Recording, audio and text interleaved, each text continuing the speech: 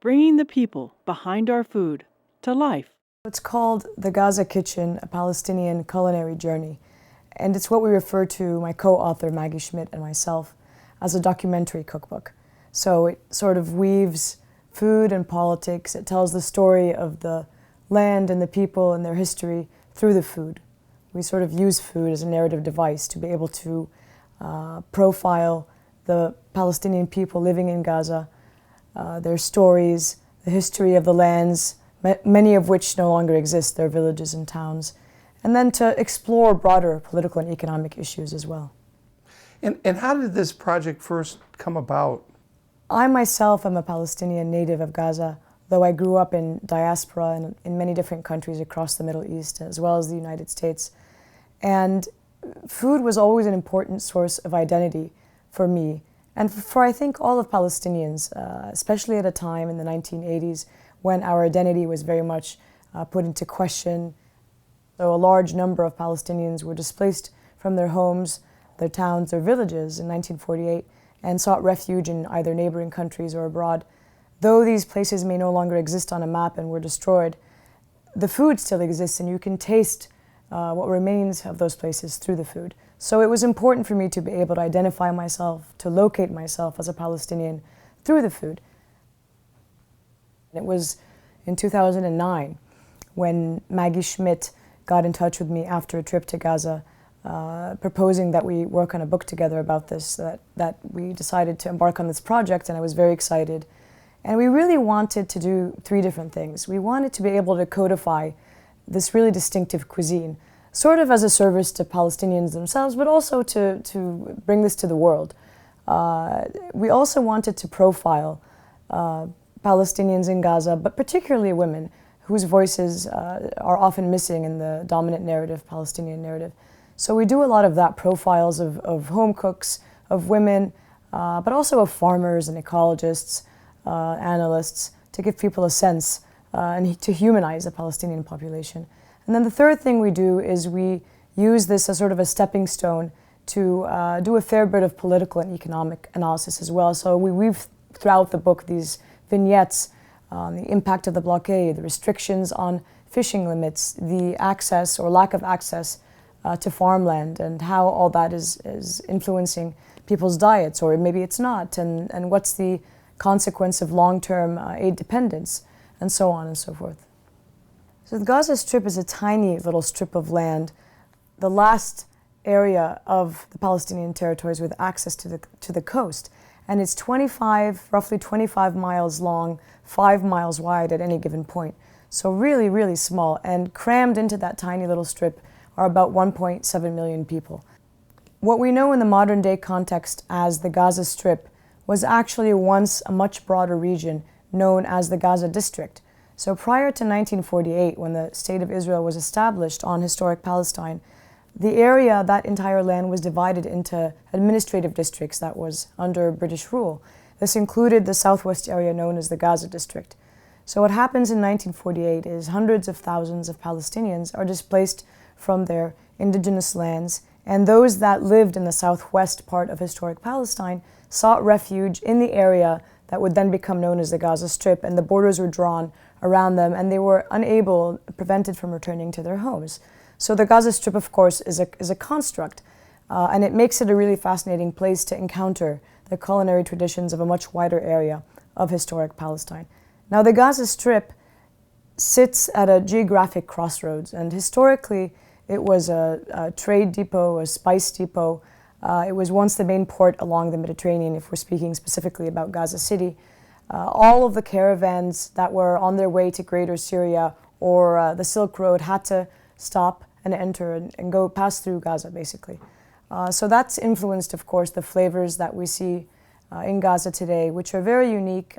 Things like dill seeds, fresh dill, chili peppers, an abundance of spices. All of these things, they're flavors that you don't really find elsewhere in the immediate region. In response to the Palestinian elections in 2006, Israel, along with several other countries, slapped an economic blockade on the Palestinians that then developed into an all-out blockade. So it was initially sanctions and then a blockade. And that continues till this day, and at various intervals the blockade gets more stringent, less stringent, and it really affects everything about the way the people live. It's not only a blockade on food, which is kind of this misconception that everyone is starving, there's no food in Gaza, but it's really very deliberate in the sense that it targets the productive sector of Gaza, and as a result impoverishes the population. The blockade includes things like a restriction on fishing limits, so there's a naval component to it, maritime blockade, there's an aerial component, and there's a land blockade as well. So where most countries have access up until about 200 nautical miles under international maritime law to their coast, Palestinian fishermen can only fish about 3 to 4 nautical miles out at sea. And to give you an understanding of what that means, it's only at about 9 nautical miles that you have this deep sea channel off Gaza's coast where you're going to get the current bringing in the larger fish. The ecological impact, of course, is that fishermen are culling smaller fish, threatening future populations, and not able, of course, to sustain themselves and their livelihoods. The same applies to farmers. There's a buffer zone along Gaza's coast that Israel put into place where about half of Gaza's farmland exists. And the result is that farmers aren't able to access their farmland, aren't able to plant the kinds of things they once were. Olive trees, for example, the olive oil being a staple of the Palestinian diet. Many of those trees, those fruitful trees, have been uprooted, and of course they take years to become fruitful again if one were to replant them. So we found interesting that many farmers were facing this choice of how should they respond? Should they replant their orchards, knowing full well the trees may be uprooted again, or that they'll become without a means until the trees become fruitful? Should they resort to horticulture, which is dependent on imported pesticides and fertilizers, knowing full well that they may not have access to those things if Israel is not allowing them in? Should they plant cash crops, which can be a good source of income, but are very water intensive, things like strawberries? In the words of one ecologist, it's like exporting water in an area where water is very scarce. And again, those things may not be allowed out. So they face a lot of interesting dilemmas, and there was what was very clear when we were there in 2010 was that Gaza is a polity with lots of different debates going on. What we found interesting, though, was that despite all this, how were people managing to survive and to sustain their families and to endure? And it was really remarkable because all of this seemed to form a backdrop to what my co-author Maggie calls the daily business of survival. And that's really what we were interested in documenting in the book. How are people coping? How are they managing?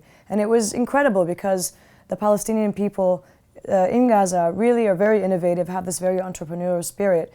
And we noticed that in response to every kind of restriction, there was something that they did to overcome that. So restrictions on fishing zones. We met these Palestinian brothers that started Gaza's first inland fish farm. That the idea really caught on and spread like wildfire, providing a supplemental and relatively cheap form of protein. It's not so much that the blockade has impacted what people are eating. They continue to make the very traditionals that they've always made, but they're swapping a lot of things, and they no longer have access to the kinds of ingredients that they once used, like olive oil, for example. And instead, people are beginning to use soy oil and other rationed oils. White flour and white sugars are replacing barley flour and whole wheat flours that were once used to bake bread, and on and on. Talk a little bit about the process of writing your book, researching your book, and how you approached gathering all the information that ultimately ended up in the book. Maggie and I first met actually in Gaza in 2010. She lives in Spain, I live in Maryland. She had been on a recent visit to Gaza. Of course, I myself, being a native Gazan who grew up abroad, was already very interested in this subject. And it took us a while to be able to actually physically enter Gaza because of the hermetic closure at the time. And it wasn't until May of 2010 when there was a brief opening in the border, meaning it was a little bit less closed, in response there was an attack on a flotilla of humanitarian ships in May of 2010 that was attempting to enter Gaza. And as a response to the backlash that ensued, the border was opened for a little while. We entered Gaza during that period of time, and we spent about 6 to 8 weeks conducting our field research, having met there for the first time. So we frequently joke that things could have gone horribly wrong, but they didn't. And we were a little concerned because when we tried to explain this idea to people, they didn't immediately understand, meaning people on the outside, like trying to approach publishers, for example, or supporters. Those that would have been traditionally supportive of the Palestinian struggle thought, well, this seems awfully frivolous. Why would you write about food when there's all these other political things going on? You should just write about the impact of the blockade or the war or whatever. And more mainstream publishers were saying, no, just give us strictly a book about food. Why do you have to include the politics? Or, as somebody said, poison it with your politics. So our book kind of fell between the cracks. And so we were worried entering Gaza that maybe people wouldn't immediately get it or might have dismissed us as these, loony, whatever, journalists coming to invade their private lives and ask them about how lentils are made or whatever. But we were shocked to find that people immediately got it and were so enthusiastic, and there were so many incredible personalities we met who were amateur historians and photographers and tinkerers and ecologists, and just this incredible wealth of knowledge that existed. And they immediately understood that it wasn't just about food, it was about so much more. It was about their identity and their connection to the land, and food as a narrative device, and on and on and on. And so one of the first days we were there, we were discussing, we were in my mother's clinic in Gaza City discussing what our plan of action should be, who we should approach next. And there was a particular recipe I was interested in acquiring, okra and lentils, traditionally made in the farming areas of Gaza, but I didn't know anyone who knew how to make it. And suddenly this doctor pops his head out and he said, "Did you say okra and lentils? That's my favorite dish. Let me tell you how to make it." And then somebody else said, no, it's made with fava beans. And this discussion ensued on okra and lentils. And everybody was, volunteering, contributing information. So we found no shortage of information or volunteers or informants who wanted to help with this project. And it was really, really quite incredible. I think both of us being women really helped as well. People were sort of naturally comfortable and very enthusiastic about being able to talk about their personal lives and their stories and share their food with us and their humanity as a result. We were very pleased to find that so many people from across the world, Palestinians living in diaspora, when they saw the book, were just absolutely blown away and so happy that there was this book sort of as a historical record and as a reference for them, whether to replicate the recipes, whether to understand more about their past and their towns and villages, but also for the world at large. And somewhat naively, we wished that maybe in a small way this would have an impact on the way people viewed Palestinians, and by extension would make it much more difficult for them to support policies or maybe turn a blind eye to policies that would be intending to harm them.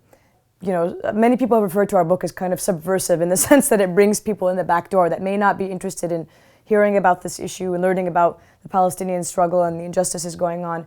We bring them in using food, and certainly the recipes are there for those that are interested in the cultural aspect and the culinary heritage, but then you get a lot more, of course, as well. And I think food for everyone, cookbooks should all maybe be written in this way, that they help us understand a people and their land as well in history.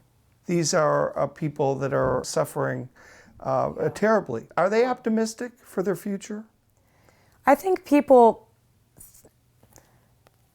on the whole there don't necessarily think about what's coming next. They try to live their lives day to day, try to keep their families together, try to survive, try to basically control what they can when so much is not in their control. They're not able to influence. There is this small domain, this small area that they can control and exercise some amount of control in, and that's of course in their households and their kitchens. And that's what we noticed. People, I think, are very tired of having to answer these really big, broad political questions about what's your opinion on the borders and what do you think is going to happen in the future, and they can't do much about that. But you ask them about their lives and their food, and all of that comes naturally, I think, with the territory.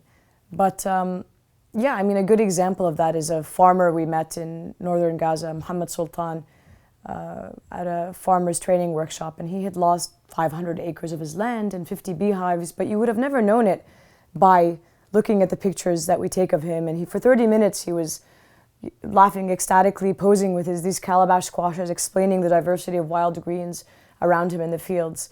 Yeah, and trying to do what he could. I remember meeting an olive farmer who was planting little olive saplings, and he was doing that for the third time. It was 3 different times his entire olive orchard or grove was completely uprooted, destroyed. And I was talking to him about, well, don't you think you should just give up, or why are you doing this, And he said, well, if I don't do this, this is what keeps us human and what keeps us going. If I don't replant my olives, and what else do I have to live for? This is my way to be able to resist and endure. And it's very much that spirit we wanted to capture in the book.